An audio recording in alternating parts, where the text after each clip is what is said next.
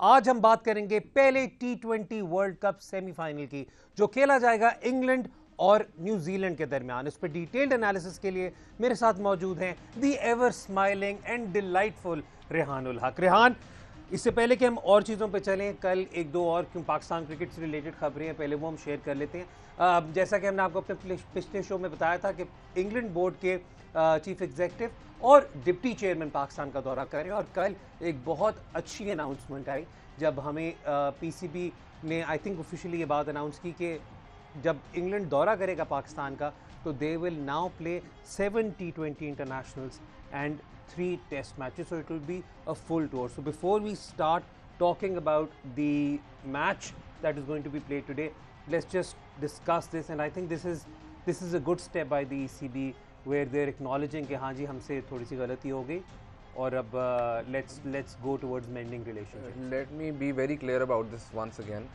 England जो भी कर रहा है इट्स रीपेइंग पाकिस्तान डेट, ठीक है। पाकिस्तान ने इंग्लैंड को फेवर की और इंग्लैंड ने पाकिस्तान बट यार वो भी तो मैग्नानिमस होकर एक्नॉलेज तो करें acknowledge, but that I am saying is कि इस पे आपको ज़्यादा आपने उनके 2 होम समर्स बचाए हैं तो वो इतना नहीं कर सकते आपसे, तो what's the point of the relationship. चलें ठीक है, लेकिन again something really good and positive. मैंने तो सोचा था कि शायद रेहान भी थोड़ी सी तारीफ कर देंगे, लेकिन रेहान तो अभी तक नाराज बैठे। अच्छा जी, चलते हैं न्यूजीलैंड वर्सेस इंग्लैंड की तरफ। अगर सबसे पहले हम शुरुआत करें तो दोनों ग्रुप टेबल्स एक बार फिर से देख लें ताकि we understand the overall performances of both these teams in this tournament. Group 1 में इंग्लैंड ने टॉप किया thanks to a very superior net run rate, और लेट्स बी वेरी ऑनेस्ट, इस ग्रुप में इंग्लैंड की सारे मैचेस में बहुत ही डोमिनेटिंग परफॉर्मेंस थी, और जो मैच साउथ अफ्रीका जीता भी उनसे आखिरी, South Africa pretty much played out of the skins to beat England in that match. जबकि न्यूजीलैंड की तरफ देखें तो with the exception of that defeat to Pakistan, New Zealand was also very comprehensive as far as the performance was concern. उन्होंने India को भी बहुत अच्छे तरीके से हराया, अफगानिस्तान को भी एक डोमिनेटिंग मैच हराया। प्रॉब्ली आई थिंक स्कॉटलैंड से थोड़ा सा परेशान हुए थे, लेकिन उसके बावजूद class came through. So these two teams will be facing one another today in Abu Dhabi, Rehan. So let's talk about the conditions first. दोनों टीमों के सीमर्स बड़े अच्छे हैं। इंग्लैंड पे जब हमने बात की थी, बल्कि हमने नहीं बल्कि अगर आप इंग्लैंड के बड़े एनालिस्ट को भी देखें तो उन्होंने कहा था coming into the world cup अगर एक चीज़ पे उन्हें कंसर्न था that was their bowling lineup. Okay, लेकिन इंग्लैंड ने जिस तरीके से अपने स्पिनर्स को यूटिलाइज़ किया, मतलब आई थिंक ऑल 3 स्पिनर्स, ये बात तो लहदा है कि लियम लिविंगस्टन ने सिर्फ 11 ओवर कराए इस वर्ल्ड कप में, all of them have bowled under an economy of 6 and have taken wickets. सिर्फ 11 का भी ये मतलब है कि अगर वो 5 मैचों में 11 कराएं तो उन्हें एवरेज 2 से ज़्यादा ओवर एक मैच में करवा रहे हैं, तो आपका छठा बॉलर अगर 2 ओवर करवा रहा है तो आपके एक बॉलर को मार पड़ रही है तो आप उसको प्रोटेक्ट कर सकते हैं। एक मैच में तो उन्होंने पूरे 4 ओवर का स्पेल भी करवाया जिसमें बहुत अच्छी बॉलिंग कर रहे थे। अबू धाबी के अंदर मैच, तो बेसिकली मेरे लिए सबसे फैसिनेटिंग चीज़ टूर्नामेंट के अंदर difference between the 3 pitches. People don't realise UAE में तीनों पिचेस कितनी डिफरेंट हैं एक दूसरे से। सो अभी अगर आप पावर प्ले के नंबर्स देखें तो सबसे ज़्यादा जो पेस बॉलिंग इफेक्टिव पिच है वो अबू धाबी की है, तो आपकी जो बॉलिंग एवरेज वो ड्रास्टिकली रिड्यूस हो जाती है अबू धाबी में, और आपकी फास्ट बॉलर्स की। और शारजा और दुबई में डिफरेंट है कि फास्ट बॉलर्स को शुरू में थोड़ी सी स्विंग मिलती है दुबई में, शारजा में तो वो भी नहीं मिलती, और उसके बाद स्पिनर्स कम इनटू प्ले। तो basically Abu Dhabi is some place जहाँ पे नॉन एशियन टीम्स थोड़ा ज़्यादा कंफर्टेबल होकर भी बॉलिंग कर सकती हैं एटलीस्ट, कि उनको पता है कि उनके आइडियाज़ क्या हैं। न्यूजीलैंड को ये परफेक्टली सूट करता है, उसकी वजह है कि New Zealand like to protect wickets when they are batting, and उनका plan of attack with the bowling इसके पावर प्ले में आउट करना है हमने। तो पावर प्ले में they try to get wickets and in power play they try not to lose wickets when they are batting. So वो जो दोनों टीम्स में डिफरेंस है इन क्वालिटी वो might be evened out by the venue. अच्छा, ये बहुत आपने ज़बरदस्त बात की कि इवन क्योंकि हम पाकिस्तान को तो मतलब सोशल मीडिया पे इस बात का तनकीद का निशाना बनाते हैं कि पावर प्ले में उस तरीके से एक्सिलरेट नहीं कर रहे, विकेट प्रोटेक्ट कर रहे हैं। न्यूजीलैंड पे अगर मैं बात करूं, despite having so many openers in their team, they promoted Daryl Mitchell and Guptill भी एक बहुत ही डिफरेंट रोल में खेल रहे हैं then what I mean, but I am guessing in the subcontinental conditions and in Asian conditions this is how Guptill likes to pace his innings. तो वो एक बहुत subdued start वाकई में ही है because I think they like to see off the initial swing of the ball. Yes, और दूसरी उसकी वजह ये भी है कि अगर आप देखें कि वो कॉनवे को किस तरह यूज़ कर रहे हैं और विलियमसन का जो रोल है इस टीम के अंदर, basically New Zealand are worried about the fact कि नंबर 6 के बाद नंबर 7 के ऊपर उनके मिचेल सैंटनर आ रहे हैं, विच इज़ उनकी थोड़ी सी थिन लगती है आपको बैटिंग लाइनअप अगर आपके 2-3 आउट कर लें। तो एक तो वो अपने आप को प्रोटेक्ट करने की भी कोशिश कर रहे हैं, and the other thing that New Zealand try to do is कि दे नो कि इन कंडीशंस के अंदर अगर आप के आउट नहीं होते तो आपके लिए एक्सलेट करना एंड में आसान हो जाता है, ठीक है। अब डिफरेंस ये है कि अगर आप फॉर एग्जांपल एक ऐसे वेन्यू पे खेल रहे हैं जहाँ पे 180 पार स्कोर है और आपका 10 ओवरों बाद 80 स्कोर है, तो आप एक्सलरेट करेंगे तो आपको 10s पे जाना पड़ेगा 180 करने के लिए, ठीक है, which becomes a little difficult for the new batsman. इधर अगर आपका 60 स्कोर है 70 स्कोर है आपका 10 ओवरों बाद और आखिरी 10 में आप 90 भी कर लेंगे तो आपका तकरीबन 150-160 के दरमियान में स्कोर हो जाएगा। तो आपके ऊपर इतना वो नहीं, वो that is still par. So that is why wickets in hand are crucial low scoring venues के ऊपर। हाई स्कोरिंग वेन्यूज़ के ऊपर yes you need to attack from the start. ठीक है। अच्छा, इंग्लैंड पे थोड़ी सी कॉन्वर्सेशन करते हैं इस पहले सेगमेंट में before we take a break, और उसमें रेहान, उसमें जो एक कॉन्वर्सेशन यहाँ पे चल रही है वो चल रही है about who England brings in to replace Jason Roy. Jason Roy has been a very very important cog in this white ball team. लोग ये वाली बात रियलाइज़ नहीं करते, बल्कि मेरे नज़दीक तो आई थिंक काफ़ी दफ़ा Jason Roy slipped under the radar because Bairstow, Buttler, Morgan have done so well. Yeah. So how do you see England coping with this massive loss? देखिए, चैंपियंस ट्रॉफी के अंदर इंग्लैंड एक मैच खेला था Jason Roy के बगैर, वो हार गए थे। वर्ल्ड कप में जो हुआ 2019 का वर्ल्ड कप, उसके अंदर वो 3 मैच हारे जिसके अंदर जेसन रॉय फिट नहीं थे। उनके पास I know there is James Vince, there are so many other resources who can open the innings, but Roy का फैक्टर ये कि व्हेन एवर ही ओपन्स आपको पता है कि even if he scores 20-25 run तो वो डिफ्लेट कर देगा ऑपोजिशन को। दूसरी चीज़ जेसन रॉय की एक जो बहुत मेजरली इंप्रूव हुई है over recent years is his play against left arm spin. तो इवन इंग्लैंड ने जो अपनी प्रैक्टिस की थी, एंड दिस मेरे लिए बहुत फैसिनेटिंग बात है कि one of the travelling players is Liam Dawson. तो लियम डॉसन जब इनको नेट से बॉलिंग करवाए थे, बटलर और जेसन रॉय को कंटिन्यूस प्रैक्टिस करवाई थी of the balls they were going to face against Bangladesh. तो I mean that obviously helps, and Jason Roy is very very important England. Without him there is a problem, but if you look at the names on paper they should be able to cover for him. नहीं, but Rehan, अगर कोई मतलब I know दूसरे factors भी हैं, is if there is someone who is making sure that Alex Hales isn't getting look into the team, I know there are other factors, तो वो बंदे की सिग्निफिकेंस तो बहुत बड़ी होगी। आई वाज गोइंग टू से कि मुझे नहीं लगता कि वो सिर्फ ये वजह है। ठीक है, ठीक हो गया। अच्छा, जेसन रॉय पे हमने कॉन्वर्सेशन कर ली, वक्त हो रहा है एक ब्रेक का। ब्रेक के बाद जब वापस आएंगे तो I want to talk about England's performance so far, और क्या जॉस बटलर की performance has sort of like peppered over some of the other cracks in the English side. इस पे I would want to know your opinion. Break पे जाने से पहले हम इंग्लैंड की बात कर रहे थे और हमने खास तौर पे नज़र डाली हुई थी कि जेसन रॉय के लॉस पे वो कैसे कोप करेंगे। लेकिन रेहान, आई थिंक मैंने पहले भी एक शो में कहा था कि अभी तक अगर सुपर 12 की परफॉर्मेंस देखें तो मेरे नज़दीक जो 2 स्टैंड आउट प्लेयर्स हैं दोनों ग्रुप से लेकर, वो एक बाबर आजम है for his consistent performances despite not getting a man of the match performance an award, sorry, और दूसरी तरफ जॉस बटलर है।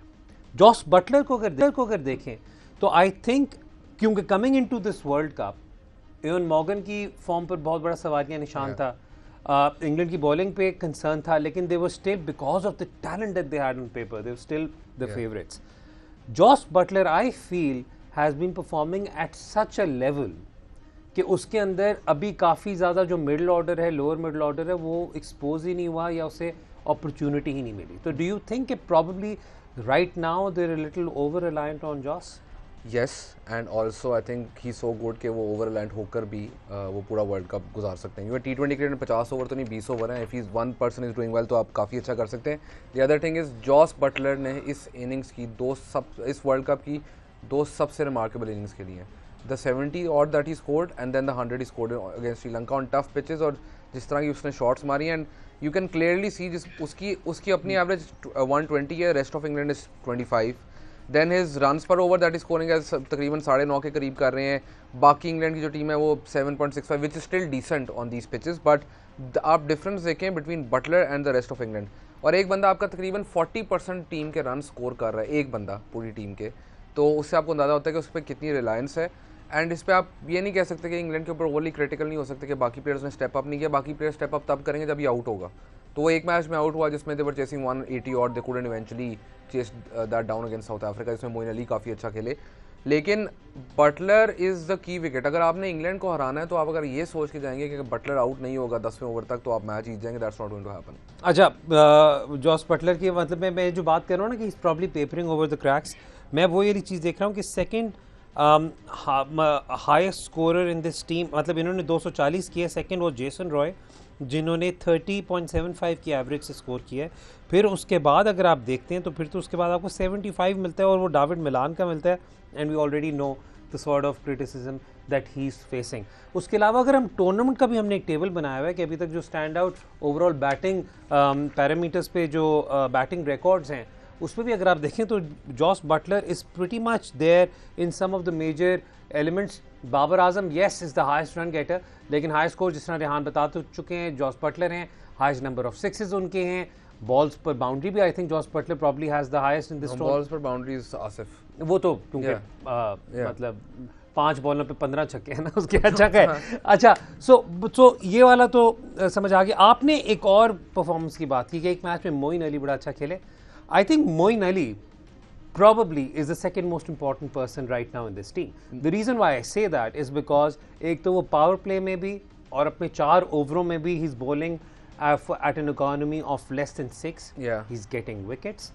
Plus नंबर 6 पर वो आकर या नंबर 5 पर आकर, something which Moeen Ali himself I think prefers playing in the top order, लेकिन नंबर 6 और 5 पर आकर he is giving them the sort of impetus that say Shoaib Malik is giving to Pakistan. Yes and also Moeen Ali can bat anywhere. पिछले match में आपने देखा कि वो नंबर 3 पे भेज दिया। पूरी दुनिया में there is no better attacker of spin bowling in T20 cricket than Moeen Ali. He is amazing at attacking spin bowling. Doesn't matter कि स्पिन अंदर का रही है बाहर का रही है। मैं आपको एग्जांपल देता हूँ, जॉस बटलर ने पिछले मैच के अंदर when he got out he basically signal to the dressing room to send in Moeen Ali कि उसको था कि शम्सी को ये मारेगा। हालांकि Shamsi is a negative matchup कि वो spinning the ball away and Moeen Ali played really well in that match. England के पास ये एडवांटेज है कि इंग्लैंड की कोई भी कंडीशन हो, कोई भी सिचुएशन हो, they can rotate their batting order which they've done so far. ठीक है, इससे पहले ये बात हुई कि इंग्लैंड शायद रोटेट नहीं करता, इतना फ्लेक्सिबल नहीं है, लेकिन इस वर्ल्ड कप के अंदर shown a lot of flexibility in their batting order as well. And मजे की बात ये doesn't matter who they move from one position to another because all of them are actually really good hitters.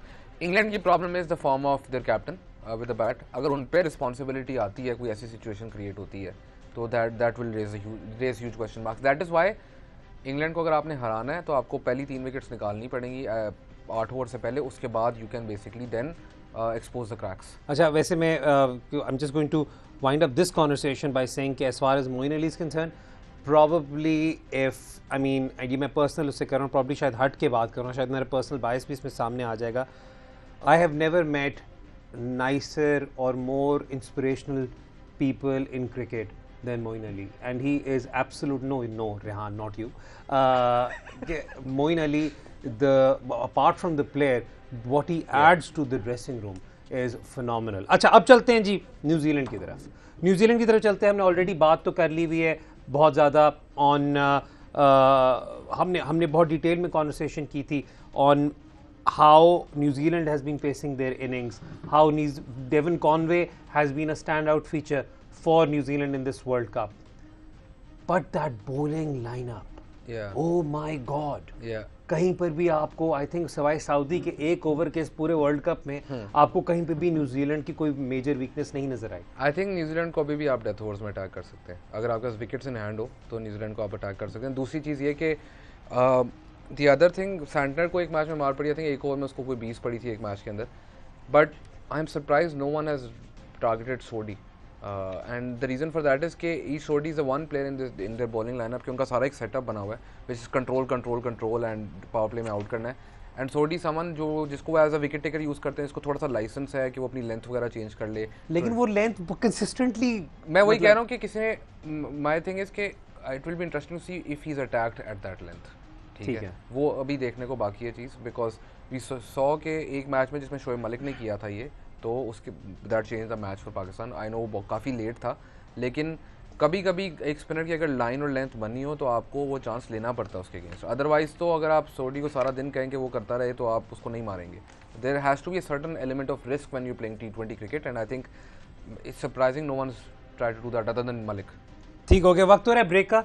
जब break से वापस आएंगे तो आपके ट्वीट्स को शो का हिस्सा बनाएंगे। अब हमारा आखिरी सेगमेंट है, जल्दी खत्म करेंगे क्योंकि रेहान ने फिर सियालकोट भी जाना है। अच्छा रेहान चलते हैं, और before I take the tweets right, हमने एक बहुत बड़ा एलिमेंट मिस कर दिया जिसकी हमने कॉन्वर्सेशन स्टार्ट तो की थी, फिर आपको जिस तरह हम मेरी आपकी कॉन्वर्सेशन होती है एक डायरेक्शन में हम निकल जाते होते हैं।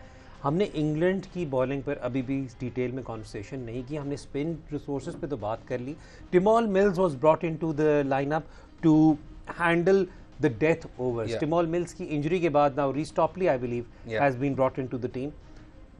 क्या चेंजेस आप देख रहे हैं इस मैच में, if any? Because Jason Roy की तो चेंज होगी definitely. Do they bring in another bowler और do you think it will be a like for like replacement in the batting? I think उनको बॉलर लाने की जरूरत इसलिए महसूस नहीं हो रही इस वक्त क्योंकि अगर उनका मोइन अली और लियम लिविंगस्टन इतने अबू धाबी भी है, पर उनके अगर दो स्पिनर्स बॉलिंग कर रहे हैं और वो उसको ट्रस्ट कर रहे हैं प्रोसेस को, तो मुश्किल है वो चेंज करेंगे।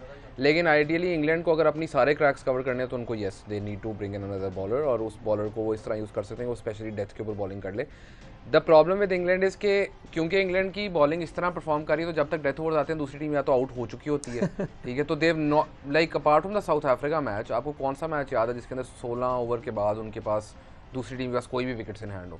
तो that's what teams need to realise कि अगर आपने इंग्लैंड को एक्सपोज करना है, एक तो जब इंग्लैंड बैटिंग कर रहा है तो आपने पहले 8 ओवर में विकेट लेने की कोशिश करनी है 2 से 3, और जब आप बैटिंग करें तो आप प्रोटेक्ट करें विकेट्स ताकि आखिरी 4-5 ओवर में आप उनको अटैक कर सके। अगर क्योंकि even in Abu Dhabi in conditions के ऊपर अगर आप वोक्स वगैरह को when the ball is seeming around तब करेंगे तो there is a chance you might get out. वक्त हो रहा है जी आपके सवालों का। It's time for the sports round presented by Lipton questions and answers. Let's have the first tweet on the screen now. हाँ जी, सवाल है कि if England versus New Zealand takes place on the pitch where India versus Afghanistan took place, do you think with Mills out England bowling has capacity to defend 200? I think it is safe to assume कि जब आप 200 score कर लेते हैं ना, you assume every bowling lineup should be able to defend 200। वो तो फिर मुल्तान कंसीड कर जाते हैं 200 पे आ रहे नहीं, वैसे आप 200 to 210 is not like it doesn't have a great record. It doesn't have a great record, yeah. Especially for us. लेकिन अगर हम यहाँ पे बात करें, चलें let's talk about Abu Dhabi. अभी तक अबू धाबी के अंदर मतलब अब आप मुझे बताएं कि again he is pretty much talking about the England bowling attack. या अबू धाबी में अगर आप पहले 4 से 5 ओवर निकाल जाएं तो एक्चुअली में आपकी तीनों यूएई की पिचेस में ये वो वाली पिच है जिसके ऊपर आप कॉन्स्टेंटली अटैक कर सकते हैं और स्कोर कर सकते हैं। प्रॉब्लम ये होती है कि अबू धाबी में इवेंचुअली स्कोर जब आप ओवरऑल स्कोर देखते हैं वो कम इसलिए होता है कि शुरू में टीम्स बहुत ज़्यादा आउट करवा लेती हैं या in trying to protect wickets वो बहुत ज़्यादा ही कंजर्वेटिव हो जाते हैं, ठीक है। तो अबू धाबी में ही हो सकता है। दूसरी चीज़ आपने पूछा कि मिल्स के बगैर वो डिफेंड कर सकते हैं, yes they can defend too. I think they अगर उनके खिलाफ कोई 180 करे तो that will be a really good match. 200 would be I mean again a good match, but they have the bowling to defend any total in my opinion. Last tweet जी and then we'll wind the show. Let's have the last tweet on screen. Shahzeb पूछ रहे हैं कि James wins and Tom Curran for Jason Roy and Mark would in England last playing 11, what is your opinion? वैसे मैं एक बात बताऊँ, आई think काफ़ी हद तक मार्क वुड को तो अभी भी शायद बैक करेंगे as far as Morgan is concerned, but what about Vince walking into the team for the semi-final? I think he can do it, लेकिन he can do it, and the other thing मैं पहले कह रहा था कि Bairstow को भी वो प्रमोट कर सकते हैं एज एन ओपनर। देखिए they have so many options, even Moeen Ali को ओपन करवा सकते हैं, तो ज़रूरी नहीं कि विंस आए, उसके वो एक एक्स्ट्रा बॉलर ऐड कर सकते हैं। But even if Vince comes in तो it's not like the end of the world for England. I know Jason Roy बहुत इंपॉर्टेंट प्लेयर हैं, लेकिन उनके जो डिफरेंस होता है between 100 and 80 that's a huge difference, but I think थोड़ा 190 का फर्क होगा। आपको लगता है मार्क वुड को ड्रॉप करेंगे? नहीं। Okay Rehan, thank you so much for your analysis, thank you so much for giving your time. ये था जी हमारा आज का शो। We did the preview of the I20 world cup semifinal to be played between England and New Zealand later today. कल जब आएंगे तो we'll do the detail preview of Pakistan versus Australia. कल तक के लिए हैदर अजहर और रेहान उल हक को इजाज़त दें।